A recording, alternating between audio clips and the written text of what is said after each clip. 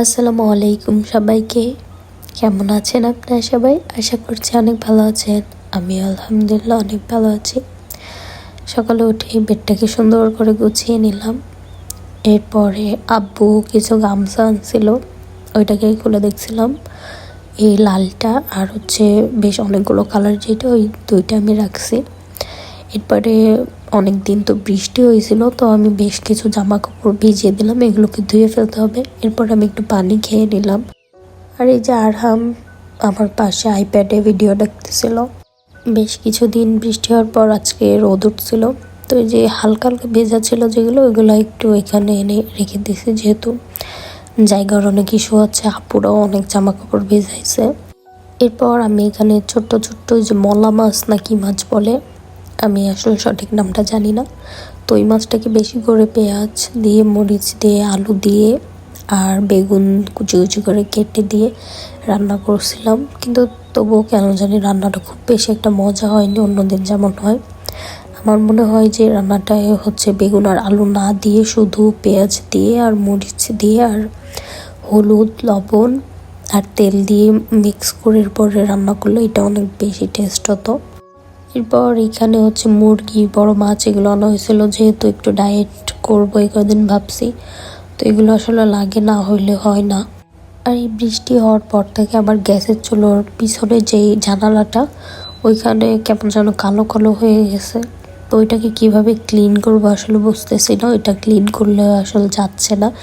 আর এমন চিপা চাপাই হয়েছে, ওইটা কিভাবে ক্লিন করবো এটাও বুঝতে পারতেছি না।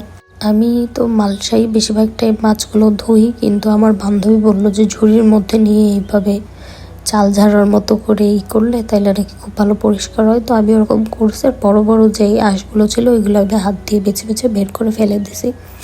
আসলে এই মাছ করা যায়, অন্য অন্য মাছ করা যাবে কিনা আমি আসলে জানি না, ট্রাই করে দেখতে হবে। এর পাশাপাশি আমি আদা সুন্দর করে কেটে রাখছিলাম, এগুলোকে পেস্ট করে নিলাম, আর অল্প একটু রসুন বাটা আছে। এরপর আমি এখানে মুরগির মাংসটা রান্না করব। আসলে ওইটাকে কি মুরগি বলে আমার এখন সঠিক মনে পড়তেছে না, কিন্তু ডিম হয়, কি হয়তো বা হবে ওইটার নাম।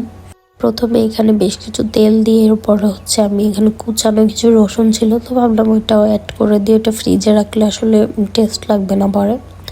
ওইটা অ্যাড করে দিলাম। এরপর পেঁয়াজ দিছি, এরপর তেজপাতা, দারুচিনি, এলাচ, লংটা আসলে ছিল না ওর ভেতর, হয়তো বা দেওয়া হয়নি। আর এখানে আদা আর রসুন দিয়ে এবার আমি একটু ঢেকে দিচ্ছি, যেহেতু চুটতেছে, তো ঢেকে দিয়েছিলাম। এরপর বাকি যে মশলাগুলো ছিল ওইগুলোকে দিয়ে দিলাম, মানে গুঁড়া মশলা যেগুলো দিব। এরপর ঢাকা দিয়ে দিয়ে সুন্দর করে এটাকে কষিয়ে নিয়েছি ফার্স্টে। আপনারা যদি আমার ভিডিওটা এই পর্যন্ত দেখে থেকে থাকেন, তাহলে ফেসবুক পেজ থেকে দেখলে আমার পেজটিকে ফলো দিয়ে আর আমার ভিডিওটিতে লাইক আর কমেন্ট করবেন। আর যদি ইউটিউব থেকে দেখে থাকেন, তাহলে আমার চ্যানেলটি সাবস্ক্রাইব করে আমাকে সুন্দর করে ছোট্ট একটি কমেন্ট করে দেবেন, আর লাইক দিতে ভুলবেন না। আপনাদের এই ছোট্ট কমেন্ট, লাইক, ফলো আমাকে আরও অনুপ্রাণিত করে নতুন নতুন ভিডিও মেক করতে। ইদানিং কেন জানি আমি ভয়েস ওভার দিতে গেলে অনেকগুলো ভয়েস, মানে একসাথে বলতে গেলে অনেক কিছু, তো আমি একটু তোতলাই যাচ্ছি, বুঝতে পারতেছি না কেন হচ্ছে এরকম। এরপর মুরগির মাংসটা বেশ অনেকক্ষণ রান্না করার পর এখানে আমি আলু দিয়ে দিছি। আর আমি এখন ভয়েস ওভার করতেছি, আজান দিচ্ছে, মনে হয় 4:30 বাজে। যাই হোক, একটু ঘুম আসতেছিল না। আমি থালা বাসন যেগুলো ছিল ওইগুলোকে সুন্দর করে ক্লিন করছি, রুমটাকে ঝাড়ু দিছি। এরপর কিছু জামা কাপড় ছিল ওইগুলোকে ধুয়ে গ্যারেজ রুমে দড়ি টাঙানো আছে ওইখানে নাড়তে দিয়ে আসছি। মানে রাত হয়ে গেছে, আমার ঘুম আসতেছে না। এরপর আমি ভিডিওটা ভাবলাম অনেক দিন ধরে আসছে গ্যালারিতে, ভিডিওটাকে এডিট করে ভয়েস দিয়ে দিই।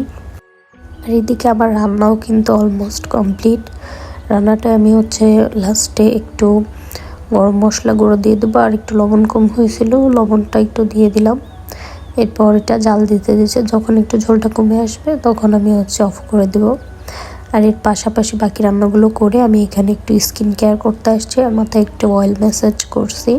আমি এখানে 1 চা চামচ একটু উঁচু উঁচু করে প্যাকটা নিয়েছি, এখানে অল্প অল্প করে পরিমাণ মতো পানি দিয়ে এটাকে সুন্দর করে মিক্স করে নেবো। একটু লিকুইডই করতে হবে, নাহলে কিন্তু শুকায় যাবে, মানে হাত দিয়ে ফেসে অ্যাপ্লাই করার সময় আসলে শুকিয়ে আসবে।